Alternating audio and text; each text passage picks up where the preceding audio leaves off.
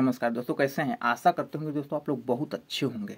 दोस्तों जीडीएस के बारे में बहुत सारे भाई लोग मतलब कि बोल रहे थे कि सर जीडीएस का जो पेमेंट होता है वो बताइए, और कौन कौन सा डॉक्यूमेंट हमें पहले लगाने पड़ेगा वो बताइए।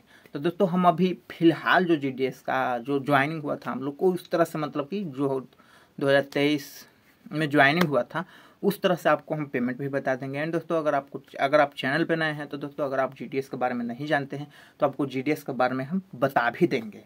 दोस्तों एक चीज़ और आपको बताना चाहते हैं कि ग्रामीण डाक सेवक की भर्ती 14 या 15 तारीख से ऑनलाइन होगी, जो कि बिल्कुल रियल है, कोई नोटिफिकेशन फेक नहीं है, और आप लोग उस पर विश्वास करिएगा। हम आप लोग को बहुत दिन बाद उसके बारे में बताए थे, क्योंकि हम ऑफिस में जाकर उसे पता लगाने के बाद आप लोग को बताए थे। बिल्कुल रियल है। आप लोग को कौन कौन सा डॉक्यूमेंट जीडीएस में पहले बनवाने पड़ेगा वो आप लोग अच्छे से समझ जाइए और सुन लीजिए, क्योंकि दोस्तों डॉक्यूमेंट अगर देखिए डॉक्यूमेंट से ही जीडीएस में जॉब होती है। जिस तरह से आपको हम बताते हैं उस तरह से अगर आप अभी काम कर लेते हैं तो आपको पक्की हो जाएगी, आपको जीडीएस में कंफर्म हो जाएगी। तो जीडीएस में कौन कौन सा डॉक्यूमेंट आपको बनाने पड़ेगा, तो दोस्तों देखिए जीडीएस में अगर आपको ज्वाइनिंग लेना है तो पहले आपको अच्छा आधार कार्ड होनी चाहिए। आधार कार्ड अगर फेक रहती है या आधार कार्ड आपका अपडेट नहीं है तो आप जीडीएस में तो फॉर्म भर दीजिएगा, हम जैसे आपको बोलेंगे उस तरह से आप भर दीजिएगा, आपका मेरिट लिस्ट भी आ जाएगा।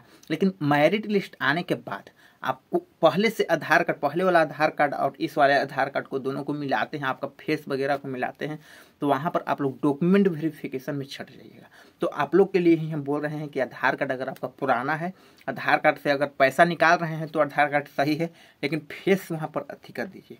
सभी जो आप लोग का डॉक्यूमेंट वेरिफिकेशन जो होता है दोस्तों, अगर आपको नहीं पता है तो जो बीपीएम वाले होते हैं, जैसे कि बीपीएम में हम लोग थे तो हम लोग का वहाँ हुआ था सुपरिटेंडेंट ऑफिसर के बाद एसपी के पास, और जो बीपीएम वाले होते हैं जो डाक सेवक होते हैं उनको दोस्तों होता है सुपरिटेंडेंट ऑफिसर के पास नहीं, उनको होता है असिस्टेंट सुपरिटेंडेंट ऑफिसर के पास।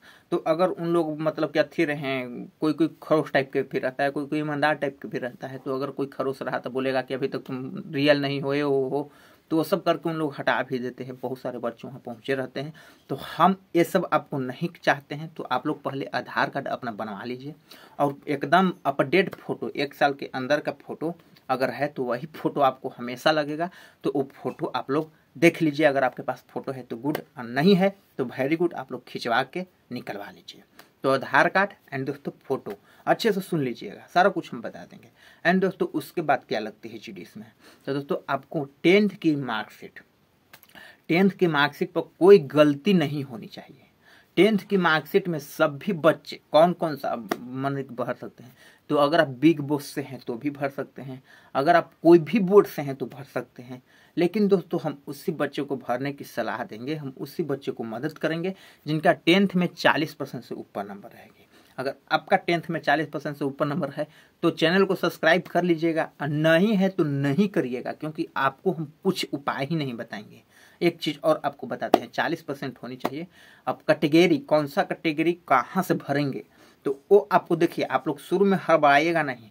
15 से 14 से अप्लाई होगा, 2 दिन 3 दिन आपको रुकना है। 2 दिन 3 दिन रुकने के बाद आप लोग को हम बताएंगे कि फॉर्म कहाँ से भरना है, क्योंकि रुकिएगा उसके बाद हम ऑफिस से, मतलब कि बहुत सारा जो उसको में होते हैं उसको से अलग तरह से कहाँ से ज़्यादा फॉर्म गिर रहा है, कहाँ से कम फॉर्म गिर रहा है, उसके बाद भराता है।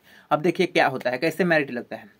अब हम बिहार से हैं, अब बिहार से जहानाबाद जिला या कोई बक्सर जिला, तो कौन सा बक्सर जिला के कौन सा डिवीजन में डिवीजन होता है, कौन सा डिवीजन से कितना फॉर्म गिर रहा है वो आपको पता नहीं लगेगा, लेकिन जो पदाधिकारी उसको में काम करते हैं उसको पता लगता है।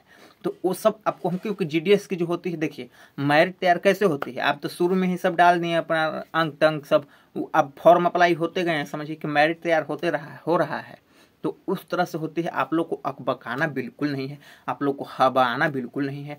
आप लोग चैनल पे नए हैं तो चैनल को सब्सक्राइब करके बने रहिए, क्योंकि जीडीएस की ऐसा भर्ती है जिसमें कोई एग्ज़ाम नहीं होती है, कोई परीक्षा नहीं होती है। अगर आप ओबीसी हैं, जनरल हैं, ईडब्ल्यूएस हैं, तो आपको 100 रुपया लगता है फॉर्म अप्लाई करने में, और अगर आप जनरल नहीं हैं, ओबीसी नहीं हैं, तो आपको कोई रुपया नहीं लगता है फॉर्म अप्लाई करने में, यानी कि एससी एसटी वाले को छूट है। तो ये सारी चीज़ आपको हम बताते जाएंगे, पल पल एकदम सीढ़ी पे सीढ़ी चढ़ाते जाएंगे। ऑल इंडिया में कहीं से महिला हो या पुरुष हो और नौकरी नहीं हो रहा हो तो देखिए हम कैसे बोलें कि नौकरी नहीं हो रहा हो, क्योंकि दोस्तों जीडीएस में 18 से 40 साल तक के बच्चे फॉर्म अप्लाई कर सकते हैं। अगर वो एससी एसटी से हैं तो वो 45 साल तक के फॉर्म अप्लाई कर सकते हैं। तो देखिए नहीं भी हो रहा हो और 10th में 40% से ऊपर नंबर हो तो आप हमें संपर्क करिए और देखिए कैसे होती है। एक बार तो आपको हम पे विश्वास करना ही होगा, आपको हम जहाँ से बताएंगे वहाँ से भरना ही होगा, तभी होगी, ऐसे तो नहीं होगी। एंड दोस्तों एक चीज़ और आपको मतलब कि हबाना तो बिल्कुल नहीं है, मैट्रिक का सर्टिफिकेट रख लीजिए और आधार कार्ड, पैन कार्ड हो तो पैन कार्ड बनवा ही लीजिए, क्योंकि पैन कार्ड लगती है और आपको लगेगी। स्कूल का एक सर्टिफिकेट होता है, अगर आप मैट्रिक पास करते हैं तो सर्टिफिकेट 1 साल बाद शायद स्कूल में आती है, तो सर्टिफिकेट चाहिए। और दोस्तों बाकी इतना ही डॉक्यूमेंट आपको फॉर्म अप्लाई करने में आपको चाहिए, और जाति आय निवास लगा दीजिएगा, और बाकी हम जहाँ से कहेंगे वहाँ से आप लोग भरिएगा। एंड दोस्तों वीडियो लंबी हो जाएगी, इसीलिए कुछ जानकारी जो है आगे अगला वीडियो में हम दे देंगे, लेकिन आप लोग से एक ही रिक्वेस्ट रहेगा कि चैनल को आप लोग सब्सक्राइब कर लीजिए। एंड दोस्तों वीडियो को उन दोस्त के पास, उन भाई के पास, उन सिस्टर के पास जरूर शेयर कर दीजिए जिनको इस साल जॉब की जरूरी है। एंड दोस्तों तब तक के जय हिंद।